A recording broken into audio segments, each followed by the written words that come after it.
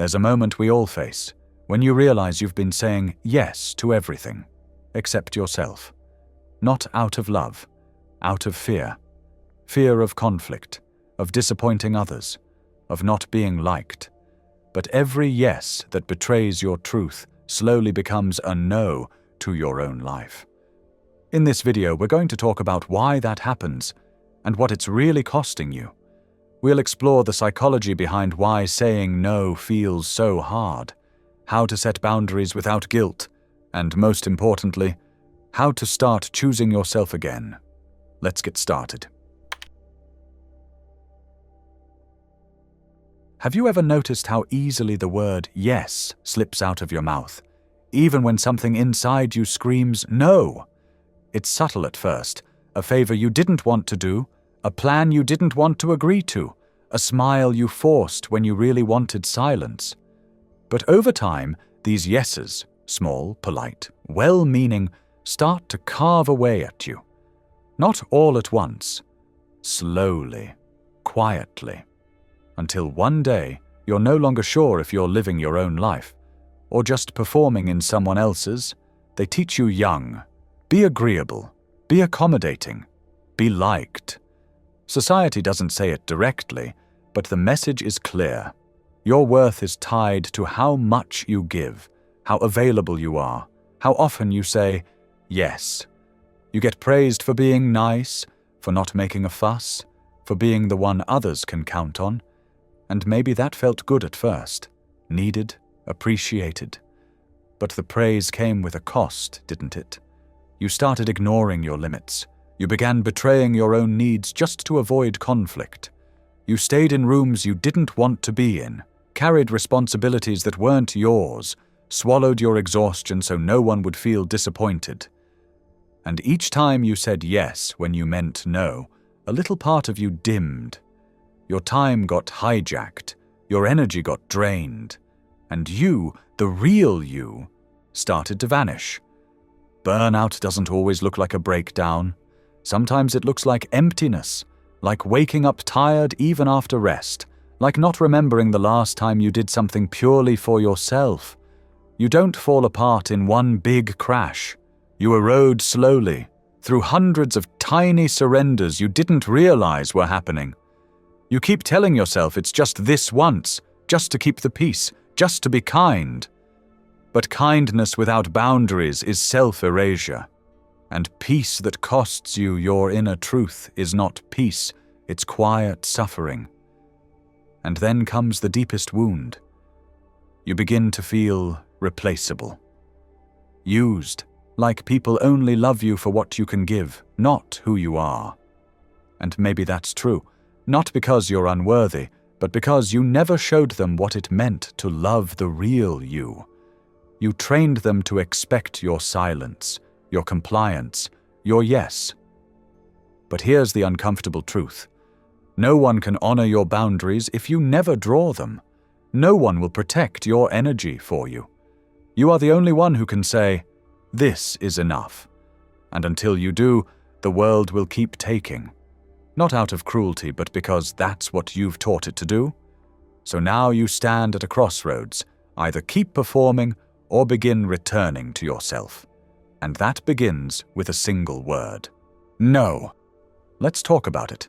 Because in segment 2, you're going to see that no isn't just a rejection, it's a reclamation of your power, a boundary, a beginning.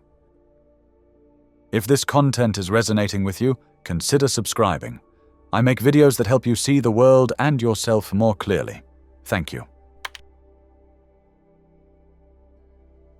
You were never taught that no could be holy. You were taught that it was rude, selfish, even cruel.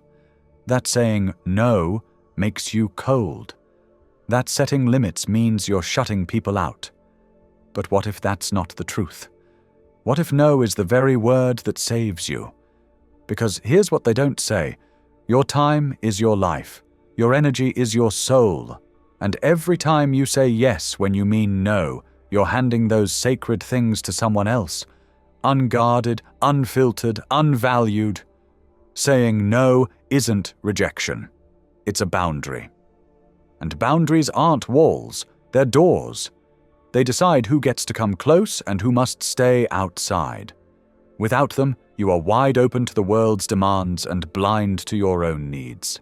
Saying no is how you remember what matters. It's how you protect your mornings, your passions, your health, your sanity. It's how you stop letting urgency, guilt, and noise dictate your life. You begin to ask, what do I actually want? What do I need to feel whole? What's worth my presence and what isn't? This is agency, the power to choose, to live intentionally. No cuts through the fog of obligation and brings clarity. Suddenly you're not being pulled by other people's chaos. You're grounded in your own rhythm. You stop pleasing. You start choosing. And with each choice, something shifts inside you. You feel stronger, lighter, more real. Because confidence doesn't come from applause. It comes from alignment. When you finally speak up for yourself, when you honor your inner signal, even if your voice shakes, you send a message to your nervous system. I matter. I protect me. And slowly the old fear of being misunderstood starts to shrink. You realize you don't have to explain your no.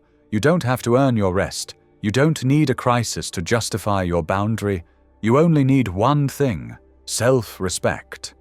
And it's here, in this place of clarity, that the real transformation begins. But knowing you need boundaries is not the same as knowing how to build them. Wanting to say no is not the same as feeling brave enough to say it out loud. So in the next segment, we go deeper. Into the practical, into the hard part. How do you actually say no? What does it sound like, look like, feel like? Let's learn the art. Saying no in theory feels powerful, but in practice, it can feel terrifying. You know what you want to say. You feel the urge to draw the line. But the moment comes, the text arrives, the ask is made, the eyes are on you, and suddenly your body betrays you. Your mouth says yes before your mind even catches up. Why? Because somewhere deep inside, you still fear being the villain in someone else's story. This is where the real work begins, not just in knowing you deserve boundaries, but in learning how to live them. It starts with clarity. You can't say no with strength if you don't know what you're protecting. So ask yourself, what are your non-negotiables? What kind of life are you trying to build? If you don't define your values, someone else will do it for you. Make a list, not of tasks, but of truths. Time with your family, mental peace, your creative energy, your health. These are not luxuries, they are priorities. And anything that threatens them, that's where the no belongs. Then comes the hard part, the saying. Assertiveness is not aggression. It's not about being cold or distant. It's about standing in your truth without shrinking. Practice sentences like, I appreciate the offer, but I can't commit right now. Or, that doesn't align with my current priorities. Short, clear, respectful. You don't need to over-explain. You don't need to justify your boundary as if it's a crime. Remember, every time you cushion your no with guilt, you teach people to doubt your voice. But guilt, oh, it lingers. Even when you know you're doing what's right, that pang in your chest comes, especially when others push back. They might say you've changed, that you're selfish, that you used to be more available. But guilt is not a sign that you're doing wrong. It's a symptom of old conditioning, the echo of a life lived for others. When guilt shows up, don't run. Acknowledge it. Breathe through it. Then return to your why. Every boundary you hold is a step toward the life you're meant to live, not the one you were programmed to maintain. And here's the beautiful irony. When you start saying no from a place of truth, your yes becomes sacred. You stop running on empty. You begin to show up fully. You become trustworthy, not just to others, but to yourself. And that changes everything, because in the next part, You'll see what happens when no is no longer a defense, but a doorway. The moment you start choosing yourself, your entire life begins to bloom. Let's look at what saying no creates. There's a moment after you start saying no. Not the first time, not even the fifth. But somewhere along the line, something quiet shifts inside you. The anxiety doesn't spike like it used to. The guilt doesn't grip your chest as hard. And for the first time in a long time, you breathe. You feel space return to your life, not just on your calendar, but in your mind. You're not rushing to meet expectations you never agreed to. You're not performing for approval you don't need. And that silence, that strange, unfamiliar quiet where stress used to live, that's peace. That's your well-being beginning to repair itself. Saying no is not just a boundary, it's a medicine. You sleep deeper. You think clearer. You have energy left at the end of the day, energy that isn't stolen by resentment or buried under pressure. And suddenly, personal growth isn't just an idea, it becomes a lived reality. You have time to read, to rest, to sit in your own thoughts without the weight of someone else's urgency on your shoulders. And something else happens. Something surprising. Your relationships start to evolve. At first, yes, some may push back. They were used to the old version of you, the always available, always accommodating one. But the ones who truly care, they adjust. They begin to meet you where you are, not where you used to self-abandon. Because the people who love the real you, not the performance but the person, will rise to meet your truth. And when both people can say no without fear, that's respect, that's safety, that's love, unburdened by guilt. Even your work changes. You stop scattering your energy across 100 half-hearted yeses. You start focusing, prioritizing, creating. The space you fought for becomes fertile ground, not just to survive, but to build something meaningful. You're no longer chasing productivity for the sake of appearing busy. You're creating from alignment. And that's when real inspiration arrives. This is the gift of no, not just protection, but expansion. A new clarity, a new rhythm, a life that feels like yours. And the beautiful part? You don't have to change everything at once. You don't have to become a master of boundaries overnight.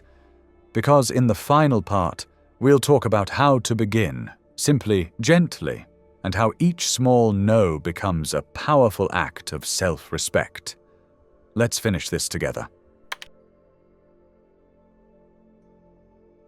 You don't need to make a grand declaration. You don't need to cut everyone off or become untouchable overnight. The power of no doesn't begin with rebellion, it begins with one quiet decision. Not this time. Start small. Say no to the extra task you don't have energy for, to the conversation that always leaves you feeling drained, to the social event that feels more like obligation than joy. You're not being dramatic. You're creating space. And in that space, you begin to hear yourself again. At first, it will feel uncomfortable. You'll second-guess. You might feel guilty. But every time you say no from a place of self-care, you're reprogramming your nervous system. You're teaching your body that safety doesn't come from pleasing others, it comes from protecting yourself. This is not selfishness, it's self-honoring. You can't pour from an empty cup, and you can't live a meaningful life while constantly abandoning your own needs. When you say no with clarity, you are not pushing the world away. You are choosing what you will allow in. You are curating your energy, your time, your space. You are not being cold, you are being conscious. And with each no, you begin to uncover the life that was waiting for you underneath all the noise. A life shaped by your truth, not by obligation. So the next time you hesitate, ask yourself, is this a real yes? or a fearful one. Because your power isn't found in how much you endure. It's found in what you're finally willing to walk away from. And maybe the most loving word you can speak to the world and to yourself is no. If this content has resonated with you, I'd love to hear what's one thing you're finally ready to say no to. Drop it in the comments.